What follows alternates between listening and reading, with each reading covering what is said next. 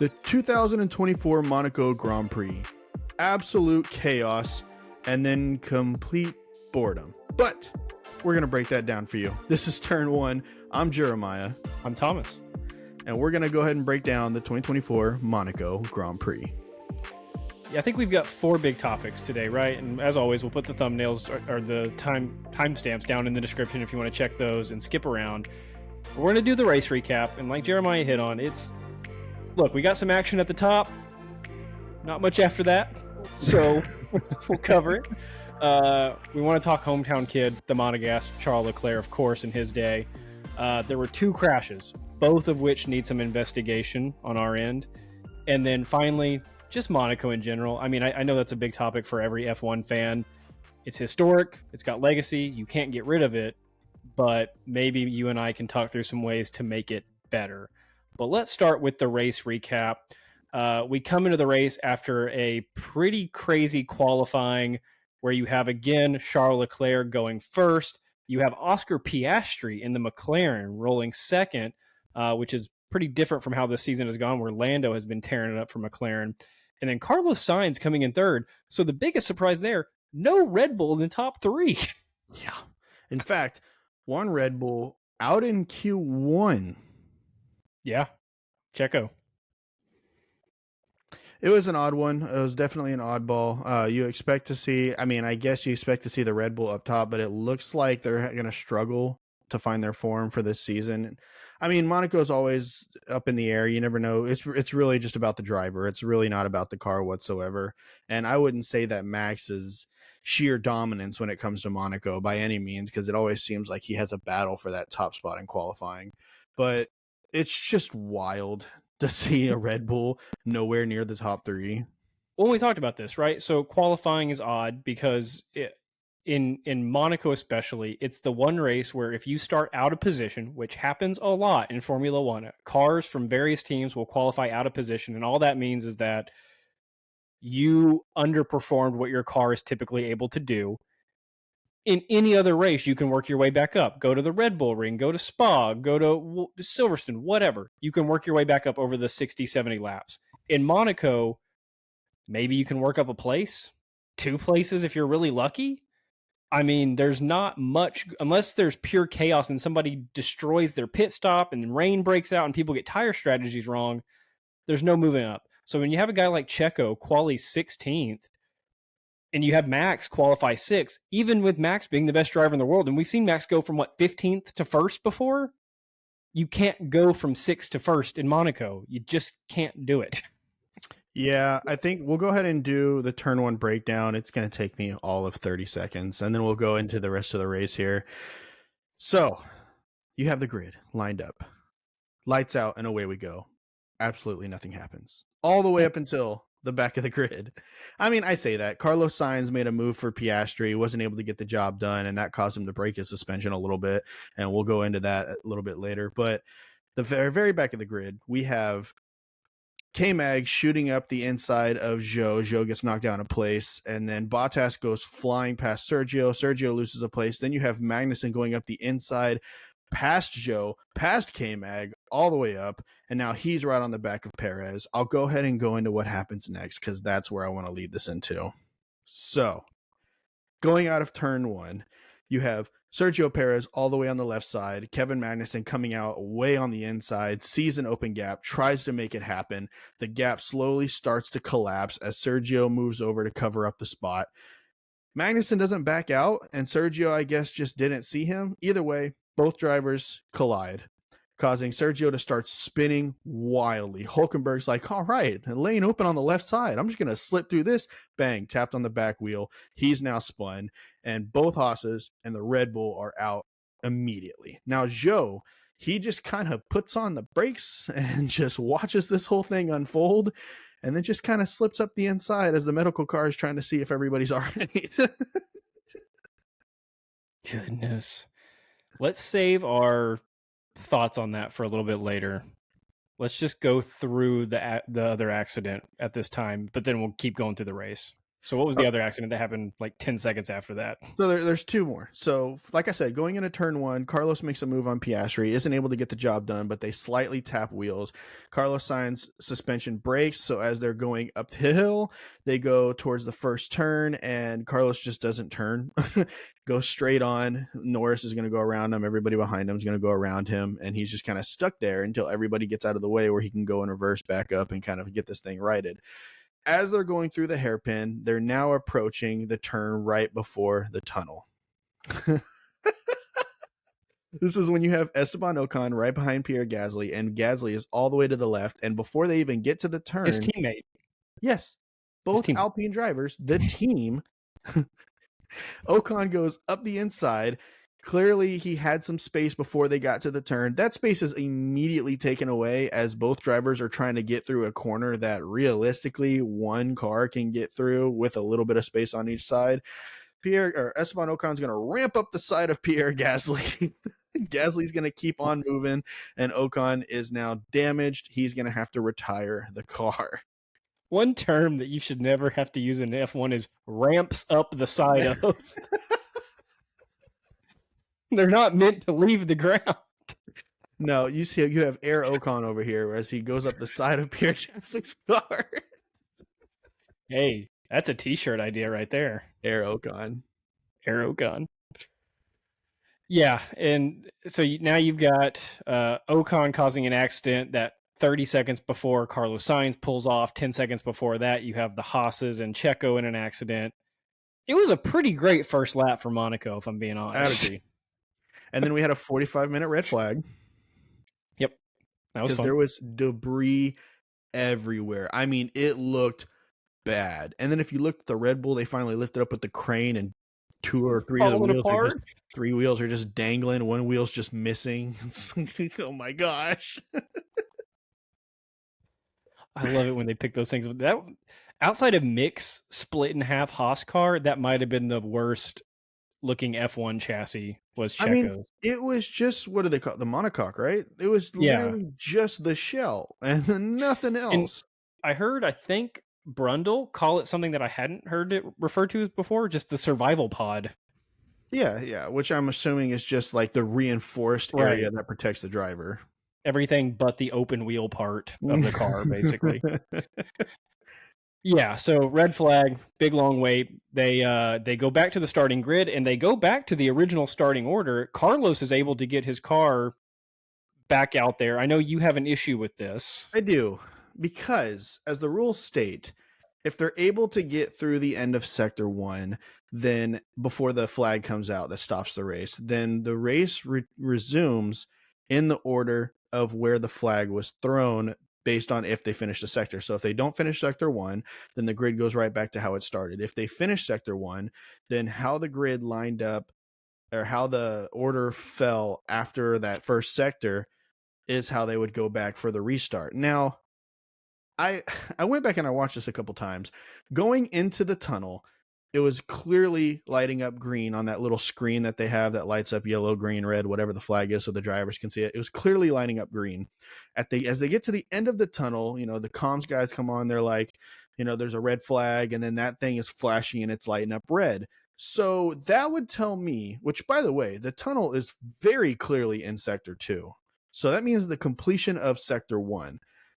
Now, if the rules apply in the way that I thought that they did, that would mean that Carlos Sainz then starts at the back of the grid of the drivers that can still continue, because obviously Perez and the Haas's are out. That would tell me that Carlos is ultimately, 17th going into the restart, and that wasn't the case. He was able to get back his start in third from where they started on the grid, and I was very confused by this. I think this really goes back to just the vagueness that still exists within the F1 regulations. Just like you and I were talking about earlier with where the Haas is lined up on the grid.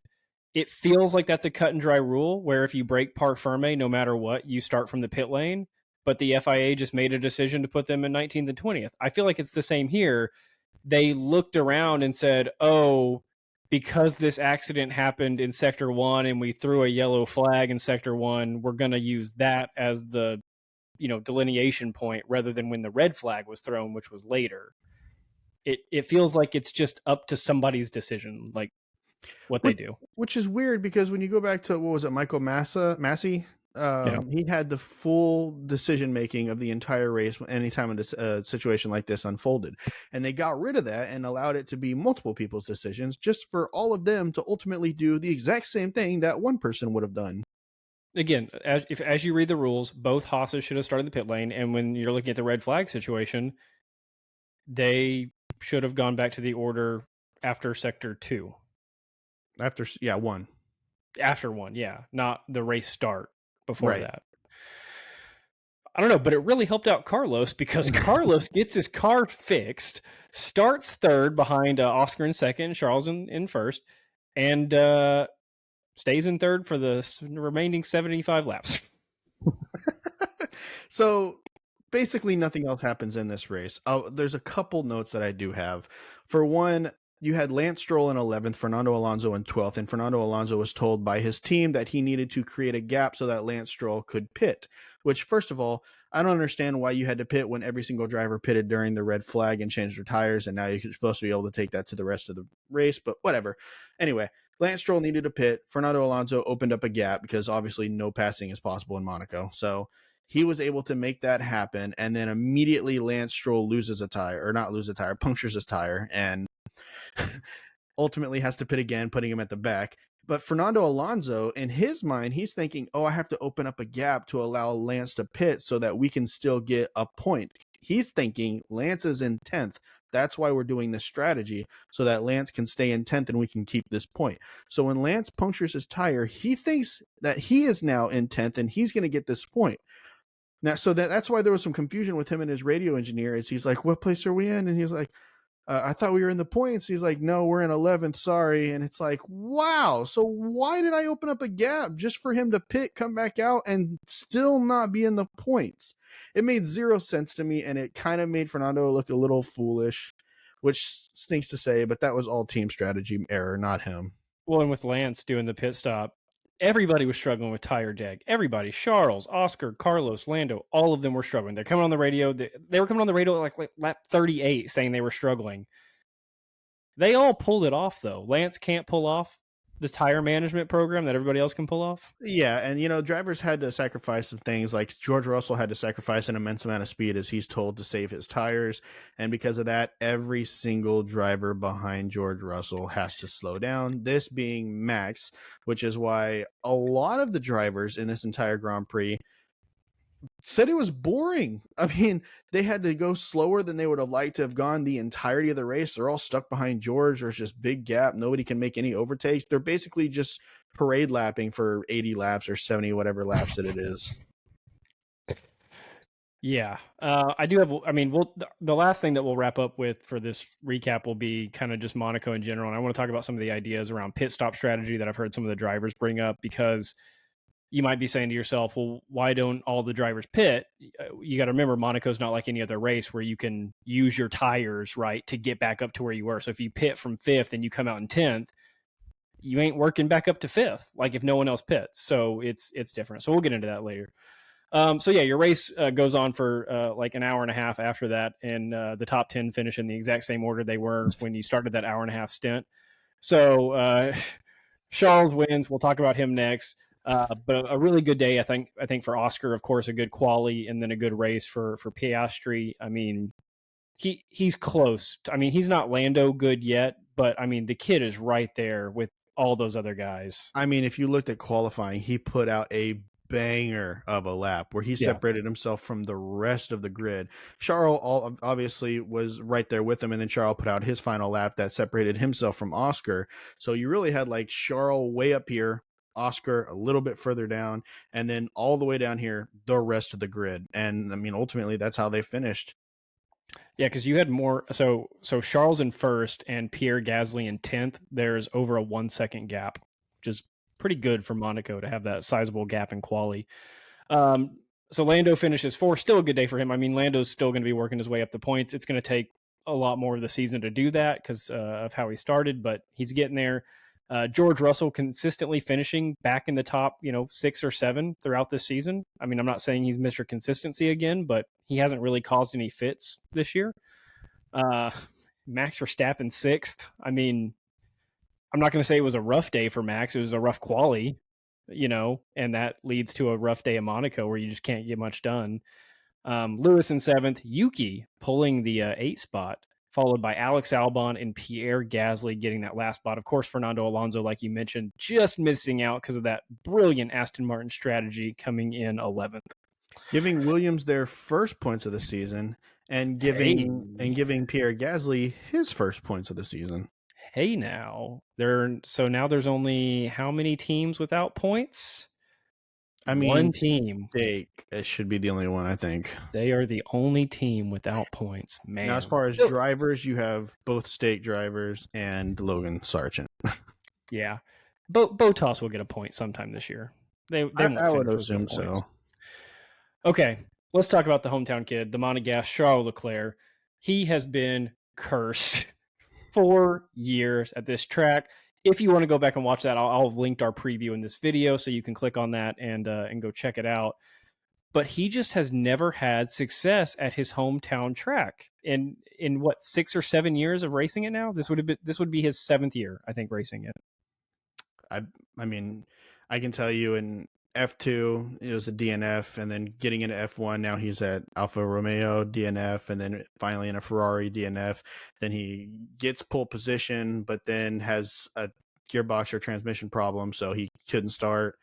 Or no, he took a new part and had to get a grid place penalty, and then bad pit stop caused him to, the famous "what are you doing?" where they double stacked by accident, and he lost all that time. I mean, it's just been a mess for the Monégasque. So going back to 2018, his first year with Sauber, and then into the Ferrari years, he goes 18th, retired, didn't race in 2020, did not start in 21, 4th, 6th, wins it.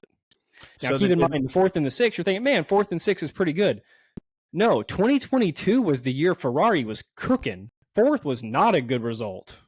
Yeah, and the DNS, where he just didn't start at all, he got pole in qualifying and then had like a gearbox or transmission or some kind of issue that caused him to not start that race. So for him to finally win it means a lot. One, of course, Ferrari hasn't had the results last year or this year that they're looking for. They've gotten 2 wins from Carlos last year, and this year 1 each year. But of course, Charles just hasn't had a win since 2022. His last win was Austria 2022. Jeez. That's 2.5 years ago. Like, man, it's been so long for that guy who is, again, the face of Ferrari and I mean, one of the top 3 or 4 in F1. When you just think about F1 drivers, you're thinking Max, Lewis, and Charles. I mean, that's F1 right now. And so for him to pull that off and to kind of break his curse was a huge deal. Also, the fact that it's Monaco. So not that he just got a race win, right? But it's Monaco.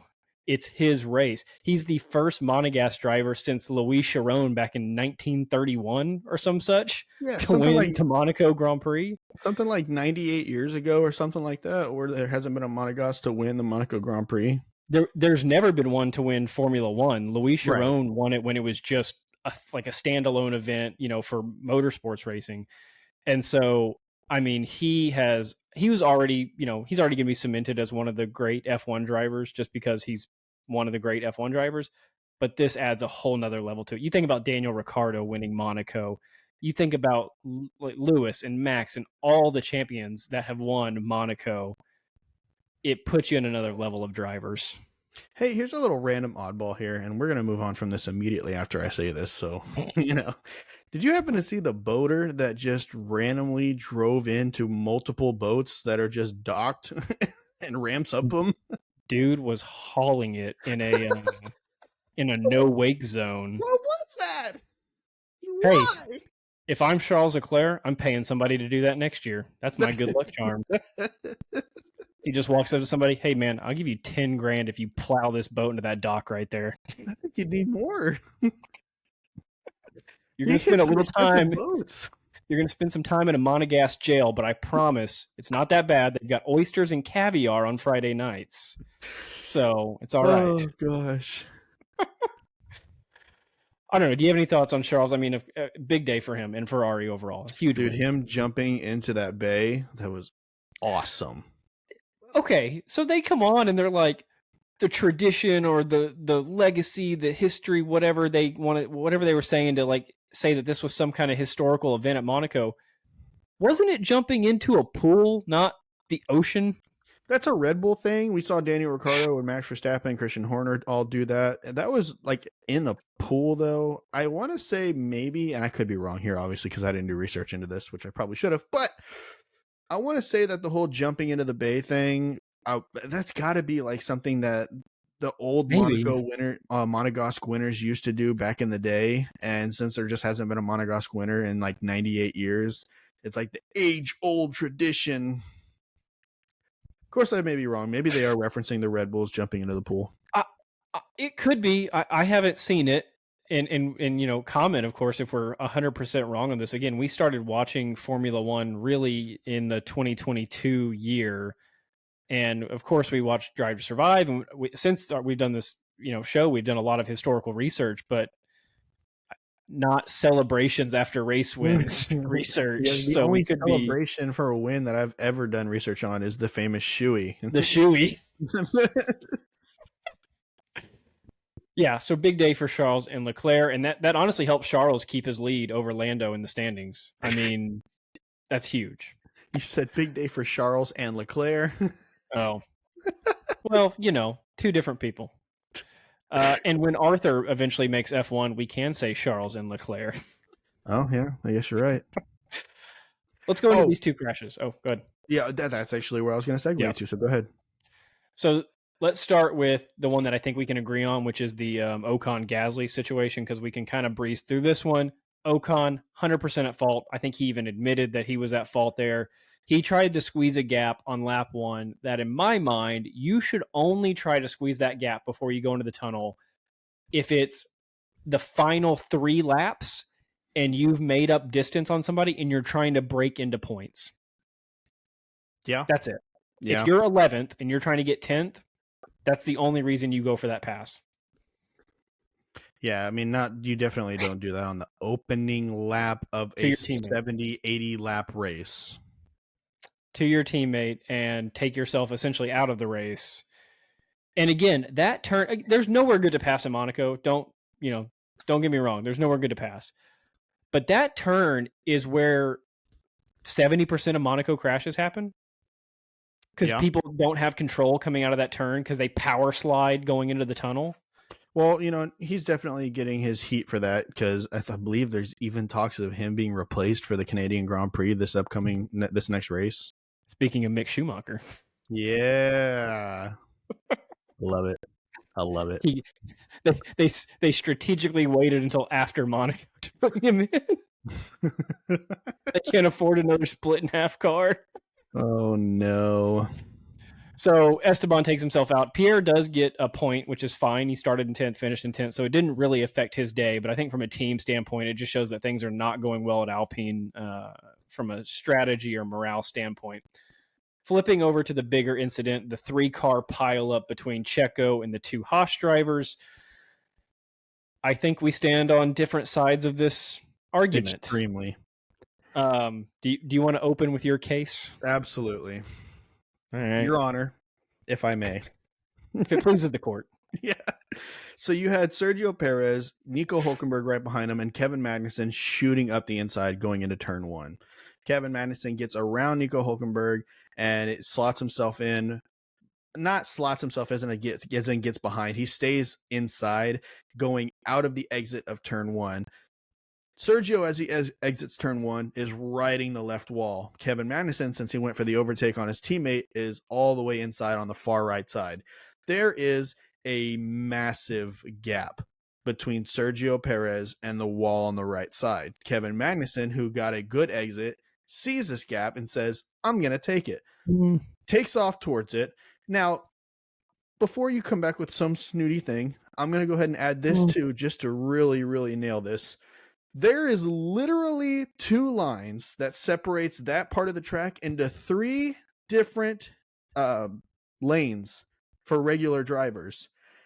Sergio Perez was on the left side of the left line, meaning he had all of this room to the right. Kevin Magnussen sees this, goes charging up the inside.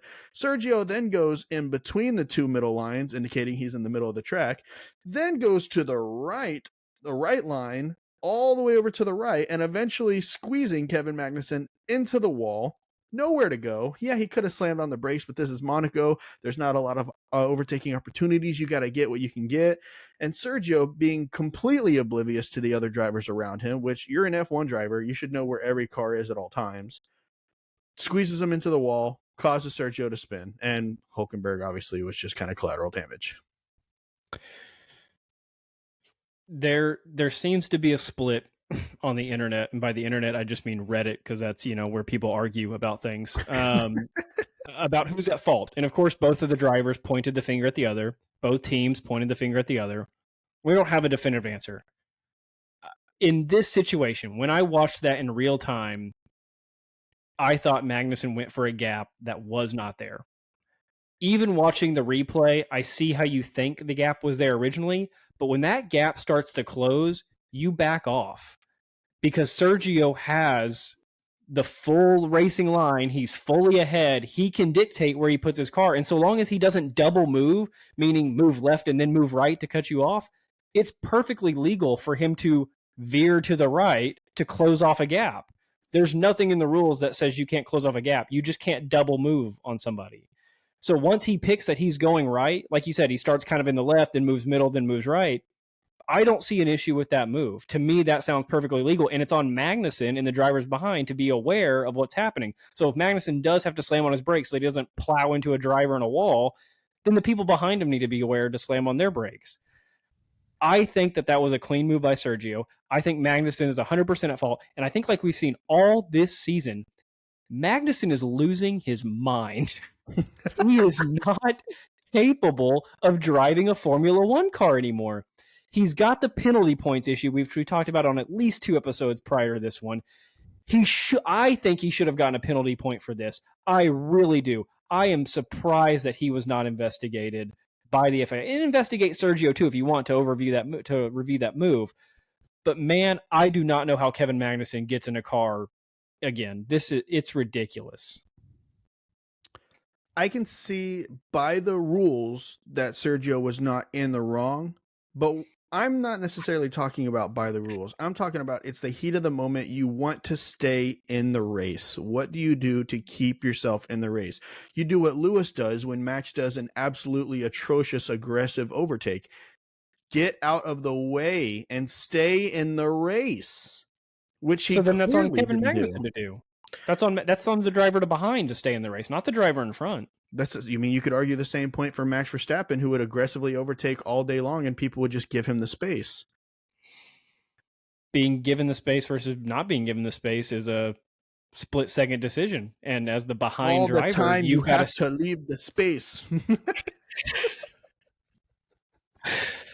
It's also weird because, of course, Monaco has the walls on the side of it. In any other race where we talk about leaving space, it's almost a non-issue because you just run off track and then run right back on, right? Right. In Monaco, though, especially that section, but every section of Monaco is surrounded by walls. There's no section that doesn't have walls right on the track. Like the walls define where the track is. Right. Aside from the hairpin, I guess. I think that's on KMAG to back off and just say, this isn't my spot to overtake. Because we all know there is no good spot to overtake in Monaco. If you're going to do it on one of the very few straights, or do it when you are side by side with the guy. So get side by side with Sergio and then make a move. I'll say dive bomb a corner. It was more of a bend. And also he didn't really dive bomb it. You know what I'm saying? Exactly. It wasn't the spot to go for that move. He needed to establish himself side by side with Sergio and then go for a move, not come from behind, shoot a gap that closed off. I'm not a fan of Kevin Magnussen. Look, I used to be indifferent on him. I used to like Haas. I still want Haas to do well. But man, Kevin Magnussen sketches me out every time he's in the car now. Does he not? He doesn't sketch you out a little bit. No, I agree completely in terms of him being probably the most aggressive driver on the grid. And uncalled for aggression that he isn't good. Like when you talk about Max making all those moves back in 2021, fighting Lewis and all that, he pulled it off. Sometimes.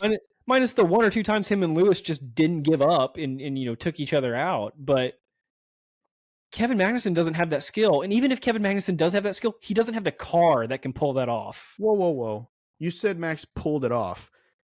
Watch any interview with Lewis Hamilton, and he says some drivers you just have to know to give them some extra space.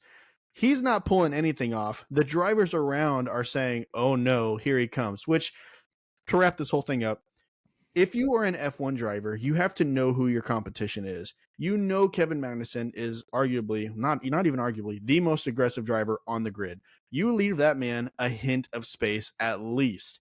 Sergio completely closed that gap, and honestly, that's your fault. You know Magnussen's going to be a crazy psycho on the track. I would avoid him if you want to stay in the race. If I was on that track, I would have avoided Magnussen at all costs.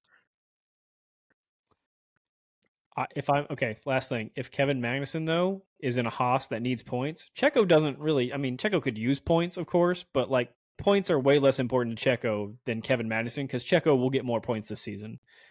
If you're Kevin Magnussen, dude, your job is to stay in the race. Your job is also to score points to keep the team alive. Yeah, but blowing your car up isn't really doing that now, is it? Every position matters. If you have a gap, what did Ayrton Senna say? If you no longer go for a gap that exists, you're no longer a driver or a racer. Red Bull can afford a new car. I don't know if Haas can. No. And they got to get two of them. All right, to bring this home, Monaco. So, we did our race recap in all of 5 minutes because there was the first lap, and then there was it was a 76 lap race, right? 76, something like that. I don't know. I thought it was 80, but maybe it's 76. So you had 70 something laps of just tire management. Because there weren't many like everybody's always battling because you're within such a close gap of people minus the folks that got lapped. It really just came down to can guys manage their tires and can they stay close to people.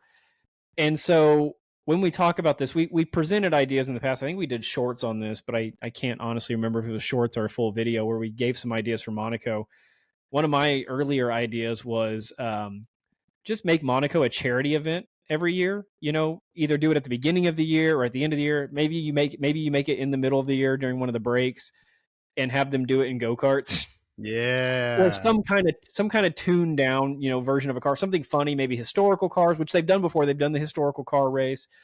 But go-karts or something like that would be fun, and do it for charity, have a charity tie-in. I think that would go really well. The drivers would, of course, do it because they can't not with the whole charity thing. Do something like that and change it up. I've heard some of the drivers, though, mainly Lewis. I thought this was a really good idea. And this is something that isn't talked about in F1. Pirelli can 100% make a tire that goes the full distance of the race. We know that. You can go full distance of the race in Monaco. That's why most of the drivers did that. What if we go the other way with things? What if we say, hey, Pirelli, make us some really junky tires for this race. And that way we have to pit 4 or 5 times. Yeah. Because that's the argument coming out of the red flag, right? All of the drivers immediately say, we're going the rest of the race on this compound. And that takes away any chance to pass because now everybody else also has to go the full distance. If you're Lance Stroll and you pit, you can't make up those 5 spots that you lost while you were pitting. I believe it was George Russell that said, make 1 lap on foot. Can we do the Monaco triathlon where they drive a lap, swim a mile, and then run a lap and then get back in the car and drive again? Jump into the harbor, swim all the way out to the cone, and then swim back. So you've got in this race, you've got Charles and Oscar driving around in their car while Joe and Bottas are 3 laps down running the track with the car out there. No, on a more serious note, I talked to my brother a lot about this. He had some interesting ideas. I'm going to take one of his ideas and alter it. His idea was put them in F1000 cars or F500 cars. And here's what I think. I think you take one person, like one company, have them build 20 completely identical F500 or F1000 cars that are way smaller than F1 cars, by the way, and put them all in that. And like you said, make it some kind of charity event. And, if that's the case, you do that, you can still make it worth points because then it really comes down to who's the best driver. You have 20 completely identical cars in every single way. I agree. I think it's either Lewis's idea where you change the tire or pit stop strategy, somehow you force a change there, or you change the vehicle. And you change the vehicle by going to something smaller, whether that's go-karts, whether that's a smaller F-Series car, or like I said, do the historical legacy race, have a company build 20 stock 1950s F1 cars, and have them drive those around. Jeez. I'm sure they've got kit cars for those things. It can't be that expensive. Somehow, Monaco can't be... It can still be a race, but it can't be a points race. And it just can't... This is going to be every year. And the cars are only getting bigger. They're only getting wider. They're only getting longer. That's not going to change. It's not like the 2026 regulations are going to drop and the cars lose, 2 feet of length and 2 feet of width. That's not happening. The only way they get smaller is if we go back to refueling, which we know they're not going to do. If anything, they're going to go more electric, which they already are. So right. I don't know. Okay. Let us know in the comments. I've got 2. 1, who's at fault for the Magnussen and Perez issue? And then 2, give us your idea for a revamped Monaco Grand Prix. More importantly than that, I've got one, and I need a serious answer on this. Let's say Esteban Ocon gets replaced for Canada. They bring in old Mick Schumacher. If you think that the returning son of the champ comes in first and wins his first Grand Prix, I might be right there with you. I won't be. All right, we'll see you. Bye, guys.